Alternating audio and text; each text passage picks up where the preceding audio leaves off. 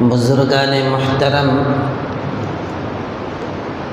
سامعین کرام، نوجوان بھائیوں اور عزیز دوستوں، یہ شعبان المعظم کا مہینہ ہے۔ ابھی چند دن ہی ہوئے ہیں، شب برات کی رات گزری ہے۔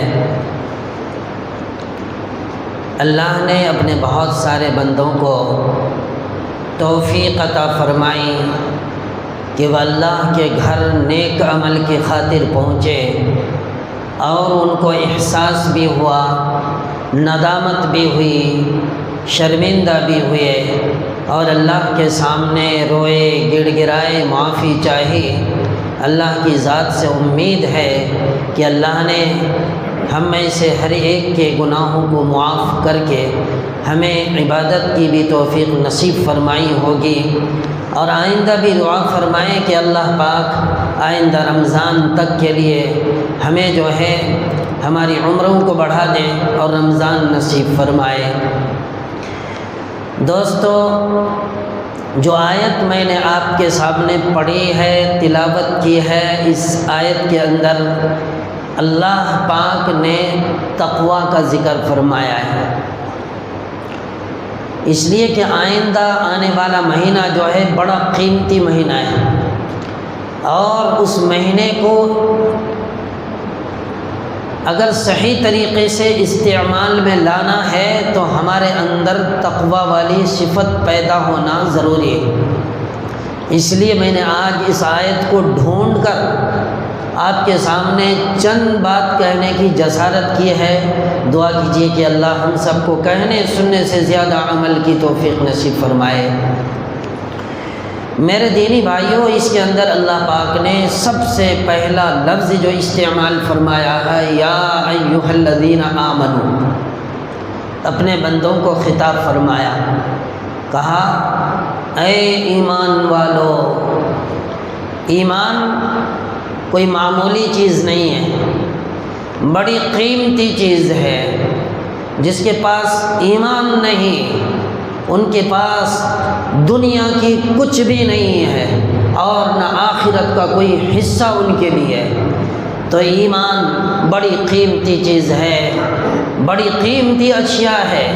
اللہ نے ہم سب کو ایمان والوں کے گھروں کے اندر پیدا فرمایا، اور کلمے کی دولت سے، ایمان کی دولت سے مالا مال فرمایا۔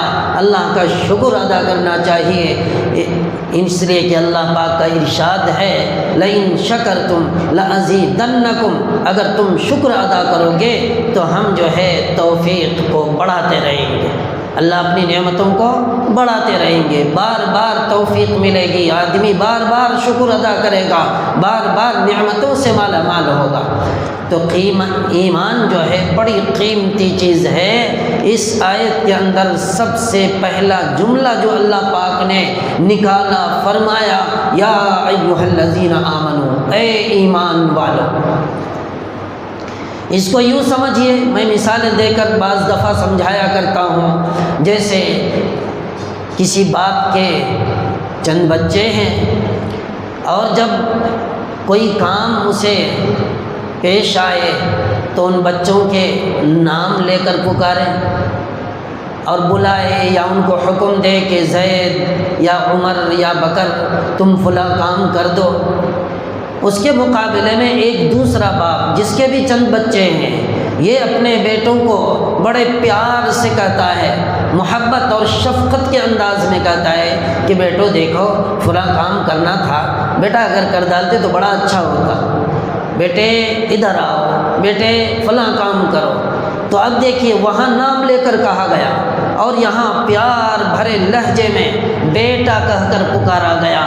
تو اس کے اندر شفقت بھی ہے، پیار بھی ہے، اور کام کرنے میں بچوں کو وزن بھی محسوس نہیں ہوگا۔ لیکن جہاں صرف یہ کہا گیا، نام سے پکارا گیا، تو ظاہر سی بات ہے اس کے اندر اتنا ادب نہیں ہے۔ تو بیٹے کہہ کر پکارنا یہ ادب سے خالی نہیں ہے۔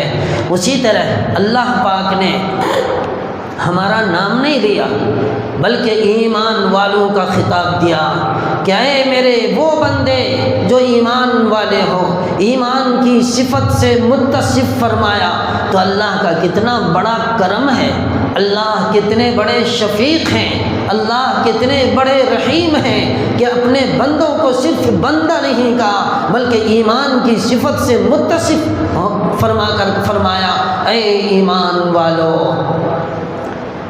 تو اللہ نے اپنے بندوں کو اس کے اندر بڑی عزت دی ہے، ایمان والا کہہ کر پکارا ہے۔ اب اس کے بعد دیکھیے جو دوسرا لفظ ہے اتقوا اللہ، کیا فرمایا کہ اللہ سے ڈرو۔ میں اسی چیز کو سمجھانا چاہتا ہوں آپ کو، پیار بھرے لہجے میں اللہ نے پہلے اے ایمان والو کہا، پھر اتقوا اللہ کہا کہ اللہ سے ڈرو، تقوی اختیار کرو۔ اللہ سے ڈرنے کے کیا معنی، تقوی کے کیا معنی؟ تقوی کا معنی اللہ سے ڈرنا، یعنی اللہ تبارک و تعالیٰ کے احکامات کی خلاف ورزی کرنے سے ڈرتے رہنا، یہ تقوی کہلاتا ہے۔ اللہ پاک نے قرآن کریم کے اندر مختلف مقامات پر اللہ تبارک و تعالیٰ نے اپنی ذات سے اپنے بندوں کو ڈرایا ہے۔ کہیں فرمایا یا ایھا الذین آمنوا اتقوا اللہ، کہ اے ایمان والو اللہ سے ڈرو۔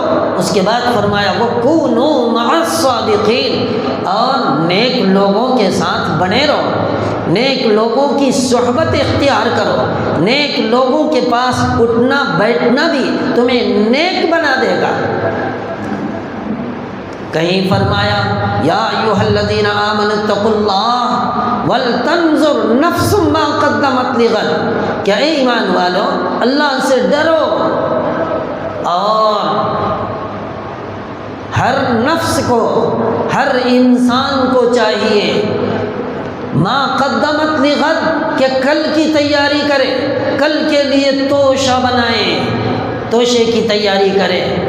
واتقوا اللہ، پھر فرمایا اللہ سے ڈرو، ان اللہ خبیر بما تعملون، تم جو کچھ بھی کرتے ہو اللہ ہر چیز سے باخبر۔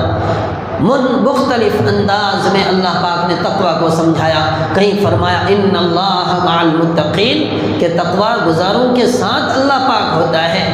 الغرض تقوی کے معنی ڈرنے کے ہیں، اللہ تبارک و تعالیٰ کے احکامات کی خلاف ورزی سے ڈرتے رہنا تقوی کہلاتا ہے، اور اس کو اللہ نے مختلف جگہ جو ہے اپنی ذات سے قرآن کریم کے اندر ڈرایا ہے۔ دوستو اس لیے اللہ پاک نے ارشاد فرمایا کہ آدمی جب اللہ سے ڈرے گا تو اللہ کی عبادت بھی کرے گا، اور جب اللہ کی عبادت کرے گا تو اللہ راضی اور خوش ہوں گے۔ اللہ کار ساز ہے، کام بنانے والے ہیں، اللہ ہر ایک کے کام کو بنا دے گا۔ اب اللہ سے ڈرنے کا کیا مطلب؟ کیا یہ مطلب ہے جس طرح ہم دشمن سے ڈرتے ہیں؟ کیا یہ مطلب ہے جس طرح ہم سانپ سے ڈرتے ہیں؟ کیا اللہ سے ڈرنے کا یہ مطلب ہے جس طرح ہم بچھو سے ڈرتے ہیں؟ کیا اللہ سے ڈرنے کا یہ مطلب ہے جس طرح ہم آگ سے ڈرتے ہیں، جس طرح ہم نہر، نالے، ندی سے ڈرتے ہیں؟ نہیں، اللہ کا ڈرانا اور اللہ سے بندوں کا ڈرنا ایسا نہیں جیسے ہم دشمن سے ڈرتے ہیں، ایسا نہیں جیسے ہم سانپ، بچھو، کیڑے مکوڑے سے ڈرتے ہیں، ایسا نہیں جیسے ہم آگ سے ڈرتے ہیں، بلکہ اللہ پاک کا ڈرانا بھی بڑا شفقت و پیار کے ساتھ ہوتا ہے۔ اللہ جو ڈراتے ہیں شفقت سے ڈراتے ہیں، اللہ جب ڈراتے ہیں تو پیار سے ڈراتے ہیں، اس لیے ڈراتے ہیں کہ میرا بندہ جہنم سے بچ جائے اور جنت کے اندر داخلہ ہو جائے۔ بندوں کے داخلے کے لیے اللہ پاک شفقت سے ڈراتے ہیں، اور اس لیے ڈراتے ہیں کہ جنت کے اندر اللہ کی رضا حاصل ہو جائے، اس لیے ڈراتے ہیں اللہ پاک شفقت کے ساتھ کہ اللہ کی ملاقات ہو جائے، اللہ کا دیدار ہو جائے۔ یہی وجہ ہے کہ جب جنت کے اندر اللہ پاک جنتیوں سے پوچھیں گے کہ بتاؤ تمہیں کون سی ایسی چیز ہے جو اب تک نہیں ملی ہے؟ تو جنتی کہیں گے پروردگار ہم تو جنت کے اندر ہیں، جنت کے اندر کسی چیز کی کمی نہیں ہوتی، اے اللہ جنت کے اندر تو اپنے بندے کی ہر خواہش کو پوری کرے گا، چاہے وہ کھانے کے قبیل سے ہو، پینے کے قبیل سے ہو یا کسی دوسرے قبیل سے ہو، ارادہ کرتے ہی اس کی ضرورت پوری ہو جائے گی۔ تو اللہ پاک فرمائیں گے نہیں نہیں، ابھی ایک چیز باقی ہے اور وہ میرا دیدار ہے۔ تو بندے جب دیدار کا نام سنیں گے تو خوش ہو جائیں گے۔ تو یہ دیدار جنت کے اندر جب تک نہیں ہوگی اللہ پاک کی، تو سمجھ لو اس وقت تو کوئی ایک ایسی چیز ہے جس سے بندہ محروم ہے۔ تو بہرحال بندوں کو خوش کرنے کے لیے اللہ پاک یہ سوال کریں گے۔ تو دوستو بزرگوں، جنت میں جانے کی خاطر اللہ تبارک و تعالیٰ اپنے بندوں کو شفقت سے ڈراتے ہیں۔ چنانچہ آپ نے قرآن کی آیتیں پڑھی ہیں، قرآن کے اندر کبھی غور کیا؟ سورہ رحمان کے اندر اللہ پاک کا ارشاد ہے فَبِأَيِّ آلَاءِ رَبِّكُمَا تُكَذِّبَانِ، کہ اے جناتو، اے انسانوں، بتاؤ تو صحیح کہ میری کون کون سی نعمتوں کے تم منکر ہوگے اور کون کون سی نعمتوں کو دھتکارو گے، انکار کرو گے۔ اللہ پاک سوال کر رہا ہے۔ اب ظاہر سی بات ہے جہاں نعمتوں کا ذکر ہے، اگر وہاں اللہ پاک اس طرح بیان فرماتے ہیں کہ تم میری کون کون سی نعمتوں کو دھتکارو گے، انکار کرو گے، تو یہ بات سمجھنے آتی ہے کہ پہلے انعامات کا ذکر فرمایا اور پھر جو ہے اس کے بعد اللہ پاک سوال کر رہے ہیں۔ دوستو قرآن کریم کی اس آیت کے بعد جو ہے آگے چل کر پہلے نعمتوں کا تذکرہ فرمایا، پھر فرمایا فَبِأَيِّ آلَاءِ رَبِّكُمَا تُكَذِّبَانِ۔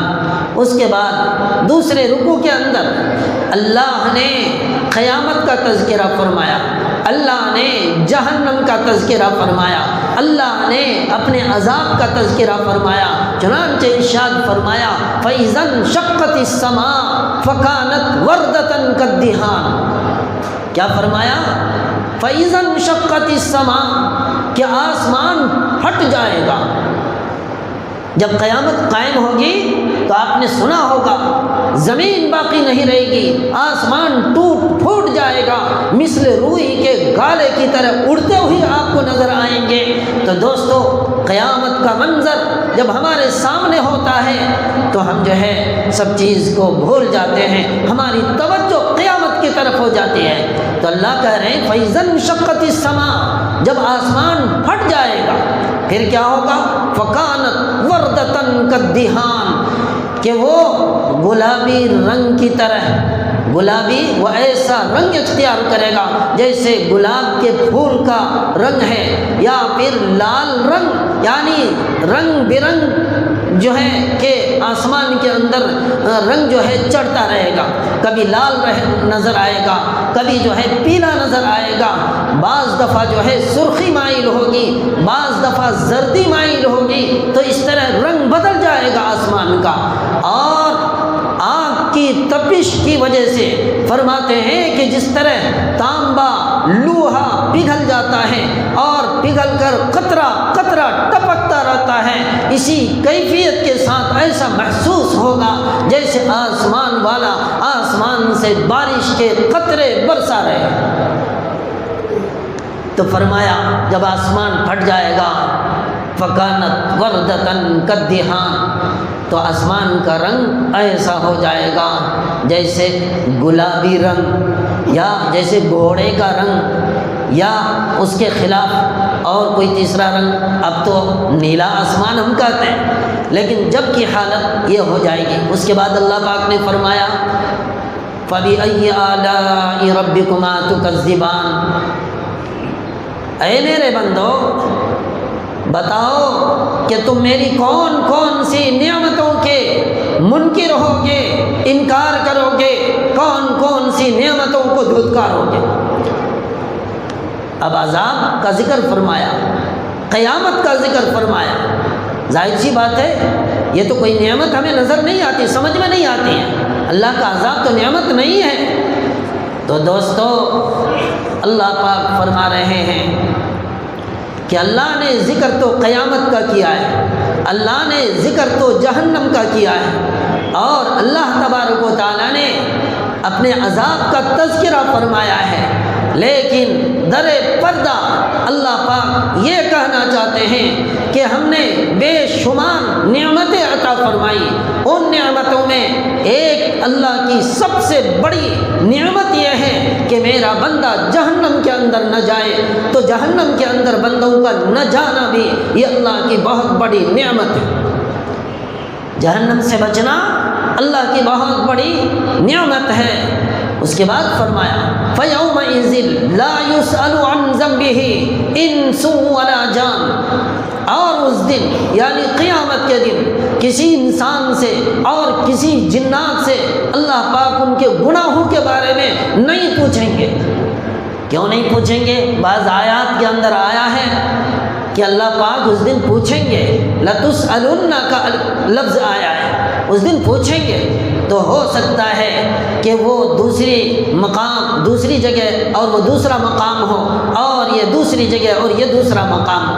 تو اللہ پاک کا ارشاد ہے کہ اس دن جو ہے مجرموں سے، جہنمیوں سے نہیں پوچھا جائے گا، کسی جنات سے، کسی انسان سے اس کے جرم کے بارے میں نہیں پوچھا جائے گا۔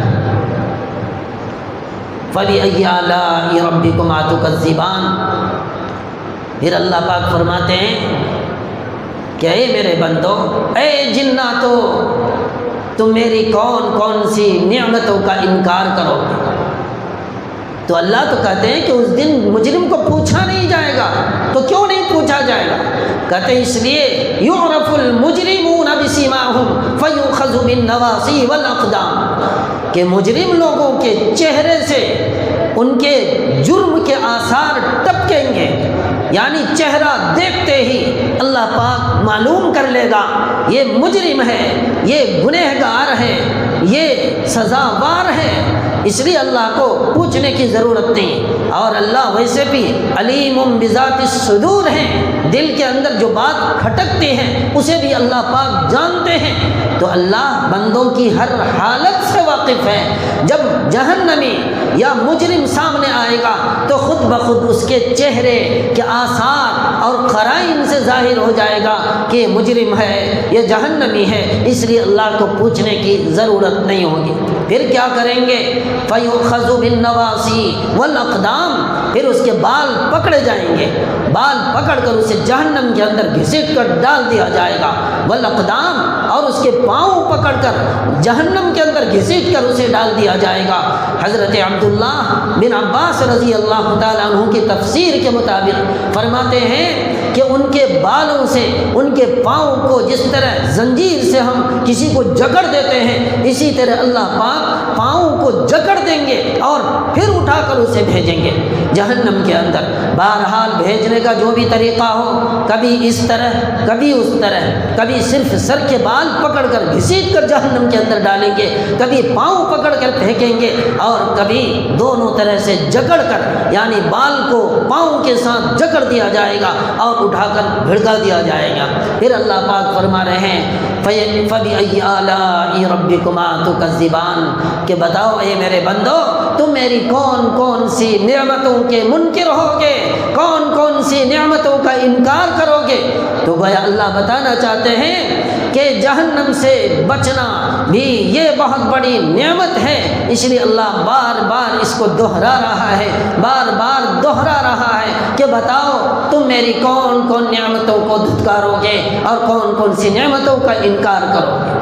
دنیا کے اندر ہم رہتے ہوئے جھٹلاتے رہے، جنت کو جھٹلاتے رہے، جہنم کو جھٹلاتے رہے، اور جھوٹ بول بول کر لوگوں کو اپنی طرف مائل کرتے رہے، لیکن کل قیامت کے دن ہمارا جھوٹ نہیں چلے گا، بلکہ وہاں تو صحیح صحیح بات ہوگی، صحیح صحیح فیصلے ہوں گے۔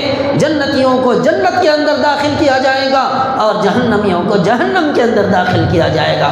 اسی لیے اللہ پاک جو ہے اس آیت کے اندر بار بار پوچھ رہے ہیں۔ اسی طرح تقویٰ یہ کوئی معمولی چیز نہیں ہے، تقوی یہ تو متقیوں کا شعار ہے، تقوی انبیاء کا شعار ہے، تقوی اولیاء کا شعار ہے، تقوی نیک لوگوں کا شعار ہے۔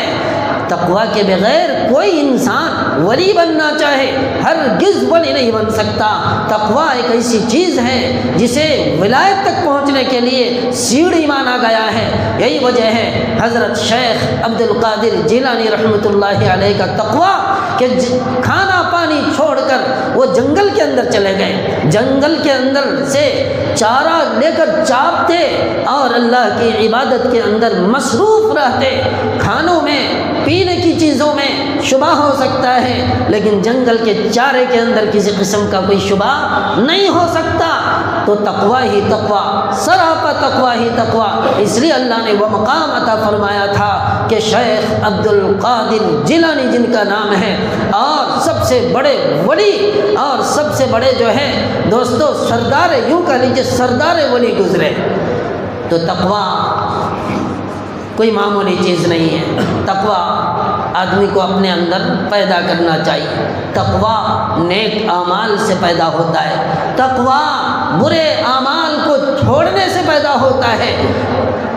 یہاں ایک بات سمجھیے، ہم دنیا کے اندر رہتے ہوئے کسی کے ہاں اگر مزدوری کے لیے جائیں تو پہلے کچھ کرنا پڑتا ہے، کچھ کرنا پڑتا ہے، محنت اٹھانی پڑتی ہے، وقت لگانا پڑتا ہے، تب جا کر چند ٹکے ملتے ہیں، مزدوری ملتی ہے۔ لیکن ہمارا پروردگار کتنا رفیق ہے، اللہ کتنا رحمان ہے، رحیم ہے، اللہ پاک جو ہے کتنے شفیق ہیں اپنے بندوں کے ساتھ، کس طرح مہربانی کا معاملہ فرماتے ہیں کہ بعض مرتبہ تو حکم دیتے ہیں کہ نماز پڑھو، روزہ رکھو، حج کرو، زکوٰۃ دو تو اجر ملے گا، ثواب ملے گا، لیکن بعض دفعہ کہتے ہیں کہ تم فلاں فلاں کام نہ کرو، یعنی کچھ نہ کرو، فلاں فلاں کام نہ کرو، جیسے چوری نہ کرو، زنا نہ کرو، گناہ کے کام نہ کرو، جھوٹ نہ بولو، کسی کی غیبت نہ کرو، تو اسے صرف نہ کرنے کا حکم دیتے ہیں۔ تو کچھ محنت کرنی پڑتی ہے وہاں نہیں، بلکہ صرف اس کام کو چھوڑ دینا پڑتا ہے۔ تو دوست بزرگوں،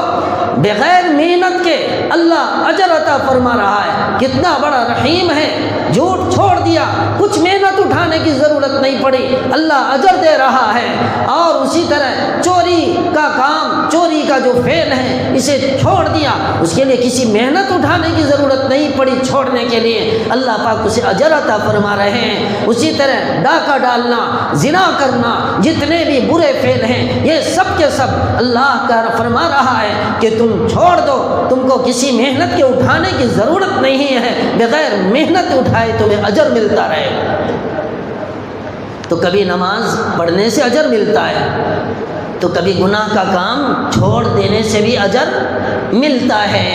اس لیے آدمی کو اپنے اندر تقوی پیدا کرنا چاہیے۔ تقوی کے بغیر آدمی جو ہے ولایت کے مقام تک نہیں پہنچ سکتا ہے۔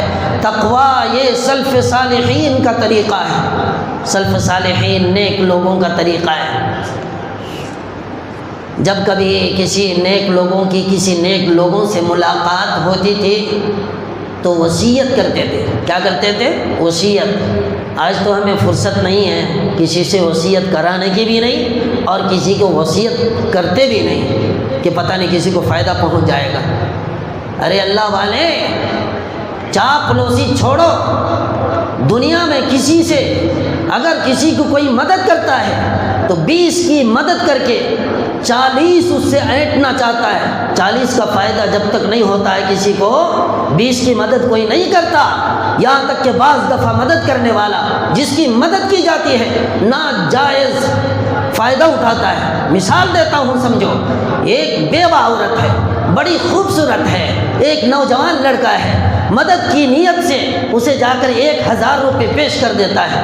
ایک بار جب دیا تو اس کی توجہ اس طرف مائل نہیں ہوئی، جب دوسری مرتبہ دیتا ہے تو تھوڑا تھوڑا جب قریب آنا شروع ہوتا ہے تو یہاں گناہ کی جڑیں مضبوط ہوتی چلی جاتی ہیں۔ اس طرح سے ادھر سے تو امداد کر رہا ہے، ثواب کی نیت سے کر رہا ہے، اور ادھر گناہ کے راستے قریب آ رہے ہیں، اور ایک موقع ایسا آتا ہے کہ وہ ناجائز فائدہ اس سے اٹھانے بنانے کی کوشش کرتا ہے۔ تو بتاؤ یہ ایک مثال ہے، چاہے بڑا سے بڑا آدمی ہو، جب تک آپ کی کچھ مدد کرتا ہے سمجھتا ہو اس کے اندر کچھ نہ کچھ ہے، 20 کر کے وہ 40 کا نفع اس سے لینا چاہتا ہے۔ لیکن ہمارا خدا ایسا نہیں، ہمارا خدا تو بغیر مانگے بھی دیتا ہے، ہمارا خدا چاہے عبادت کرو یا نہ کرو رزق دیتا ہے۔ وَمَن يَتَوَكَّلْ عَلَى اللَّهِ فَهُوَ حَسْبُهُ، جو اللہ کے اوپر توکل کرتا ہے اللہ تبارک و تعالیٰ اسے رزق عطا فرماتے ہیں۔ وَمَن يَتَّقِ اللَّهَ يَجْعَلْ لَهُ مَخْرَجًا، اور جو اللہ سے ڈرتا ہے تقوی اختیار کرتا ہے تو اللہ پاک رزق کے مختلف راستے کھول دیتے ہیں۔ تو اللہ رحیم ہے نہیں ہے؟ کتنا بڑا رحیم ہے اللہ، ہمارے اوپر رحم بھی کر رہا ہے، مہربانی کر رہا ہے، گنہگار ہو تب بھی رزق دیتا ہے، نیکوکار ہو تب بھی رزق دیتا ہے، ہر حال میں ہمارا خیال اللہ پاک رکھتا ہے۔ اسی لیے دوستو تقوی اختیار کرنی چاہیے۔ تقوی جب تک آدمی کے اندر نہیں آئے گا اعمال کا مزہ اسے نہیں ملے گا، تقوی نہیں آئے گا نماز کے اندر لطف نہیں آئے گا، تقوی نہیں آئے گا زکوٰۃ کا مزہ نہیں حاصل ہوگا، تقوی نہیں آئے گا رمضان کے اندر روزے کا ذائقہ حاصل نہیں کر سکتے۔ اس لیے اللہ پاک نے رمضان کے بارے میں قرآن کریم کے اندر ارشاد فرمایا، یا ایھا الذین آمنوا کتب علیکم الصیام، اے ایمان والو تم پر رمضان کے روزے فرض کیے گئے، کما کتب علی الذین من قبلکم، جیسا کہ تم سے پہلے فرض کیے گئے تھے، لعلکم تتقون، اور اللہ نے مقصد واضح کر دیا، اس لیے روزے فرض کیے گئے تاکہ تمہارے اندر تقوی آ جائے۔ تو روزے کا مقصد بھی تقوی ہی ہے، نماز کا مقصد بھی تقوی ہی ہے، لیکن سب سے بڑا تقوی اس کے اندر آتا ہے جو نہ کرنے والے کاموں کو چھوڑ دیتا ہے اور کرنے کے کاموں کو بھی کرتا رہتا ہے، تو تقوی اس کے اندر آ جاتا ہے۔ اسی لیے فرمایا اتق المحارم تکن اعبد الناس، کہ غیر محرموں سے بچو اور غلط جگہ نگاہ ڈالنے سے بچو، سب سے بڑے عبادت گزار میں تمہارا شمار ہو جائے گا، کوئی معمولی بات نہیں ہے۔ اسی لیے تقوی فرمایا تقوی کے بغیر ولی نہیں بن سکتا، ان اولیاءہ الا المتقون۔ اسی لیے فرمایا تقوی کا معنی کیا ہے، تقوی کا مفہوم کیا ہے، تو فرمایا اللہ نے جتنے حرام کی چیزوں سے بچنے کا حکم دیا ہے ان ساری چیزوں کو حرام سمجھو اور حرام سمجھ کر ان چیزوں کو چھوڑ دو، یہی اسی کا نام تقوی ہے۔ اسی لیے اکبر الہ آبادی نے اپنے اشعار کے اندر ایک بات بڑی عجیب کہی ہے، کہتے ہیں تم شوق سے کالج میں پڑھو، کیا فرمایا؟ کالج کے اندر کوئی رکاوٹ نہیں، تم شوق سے کالج میں پڑھو، پارک میں پھولو، جائز ہے غباروں میں اڑو، چرخ پہ جھولو، ہر ایک پر ایک سخن بندہ عاجز کا رہے یاد، یہ آخری جملے کہتے ہیں پر ایک سخن بندہ عاجز کا رہے یاد، اللہ کو اور اپنی حقیقت کو نہ بھولو۔ تو میرے دوستو آج کا عنوان تقوی، طہارت کا عنوان اس لیے رکھا گیا ہے کہ ہم ابھی سے اس کی پابندی شروع کر دیں گے تو انشاءاللہ رمضان المبارک کے جو اعمال روزہ، تراویح، اعتکاف ہیں، ہم ان کو کرنے کی وجہ سے مزید متقی اور پرہیزگار بن جائیں گے، اور اللہ ہماری روحانی طاقت کو بڑھائے گا، اور اللہ تبارک و تعالی عبادت کی وجہ سے صحت عطا فرمائے گا، اور جب آدمی صحت یاب ہوتا ہے تو وہ طاقتور بھی بن جاتا ہے۔ تو دعا فرمائیں کہ اللہ پاک کہنے سننے سے زیادہ ہم سب کو تقوی جیسے شعار کو اختیار کرنے کی توفیق نصیب فرمائے۔ وآخر الدعوانا ان الحمد للہ رب العالمین۔